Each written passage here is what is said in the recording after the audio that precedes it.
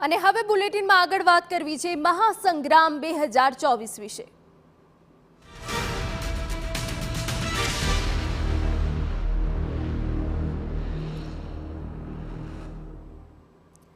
ગુજરાતમાં 4 બેઠકો પર કોંગ્રેસના ઉમેદવાર જાહેર કરવાના બાકી।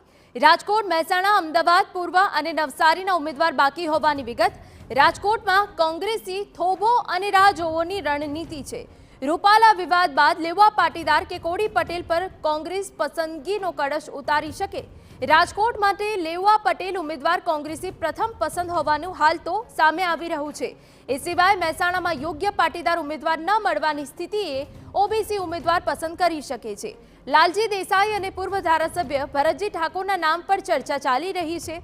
અમદાવાદ પૂર્વમાં દલસુખ પટેલ, દ્રષ્ટિ પટેલ અને ડોક્ટર કનુભાઈ પટેલના નામની પણ ચર્ચાઓ ચાલી રહી છે। નવસારીમાં કોળી ઉમેદવાર તરીકે શૈલેષ પટેલને પસંદ કરાઈ શકે છે।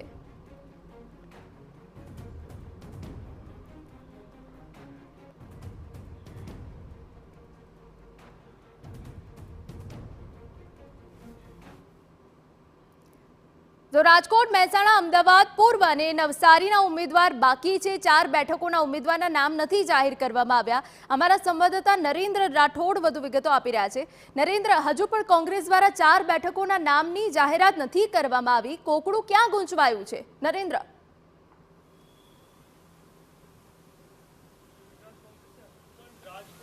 क्यों कॉर्डलेस बन છે તમારો?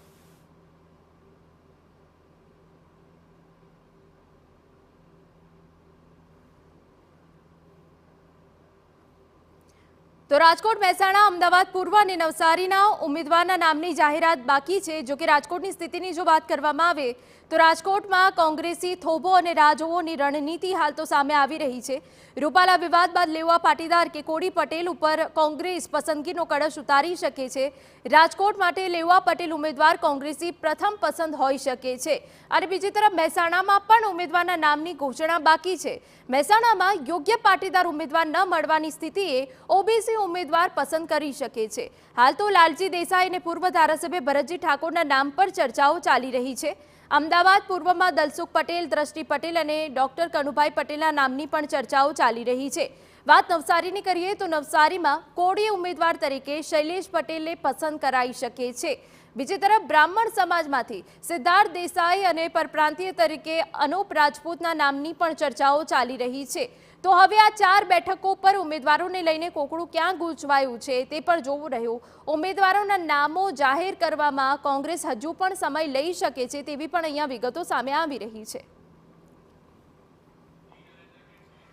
બિલકુલ જી નરેન્દ્ર, જે રીતે ગુજરાતમાં 4 બેઠકોના ઉમેદવારના નામની જાહેરાત હજુ સુધી નથી કરવામાં આવી, વિગતો એવી પણ છે કે કોંગ્રેસ હજુ સમય લઈ શકે છે। કોકડું ગૂંચવાયું ક્યાં છે?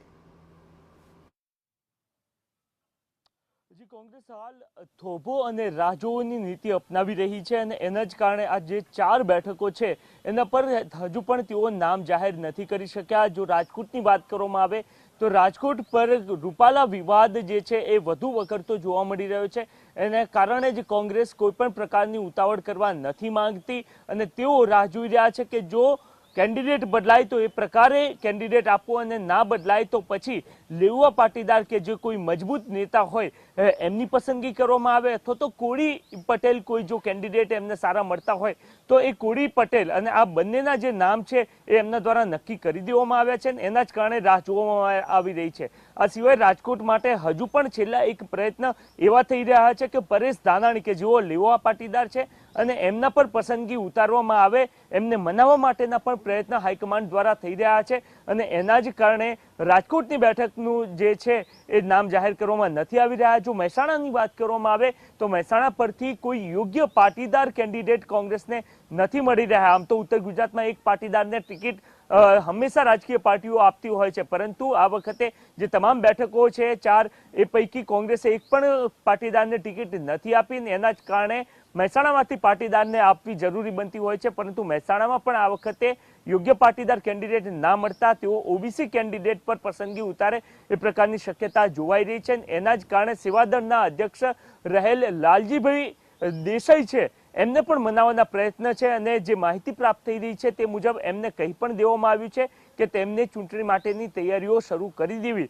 જો લાલજી દેસાઈ ફીટ ના બેસે તો એમની જગ્યાએ પૂર્વ ધારાસભ્ય ભરતજી ઠાકોર નું નામ પણ સામે આવી રહ્યું છે અને આ સ્થિતિમાં તમામ જે 3 બેઠકો છે ત્યાં ઠાકોર કેન્ડિડેટ જોવા મળે. આ સિવાય નવસારીની વાત કરવામાં આવે તો નવસારીમાં પરપ્રાંતીયને આપી કે સ્થાનિકને આપી એને લઈને 2 નામ અથવા એક નામ છે એ પાર્ટીને મોકલી દેવામાં આવ્યા છે અને આગામી 2 કે 3 દિવસ બાદ આ નામો જાહેર થાય પ્રકારની શક્યતા જોવાઈ રહી છે.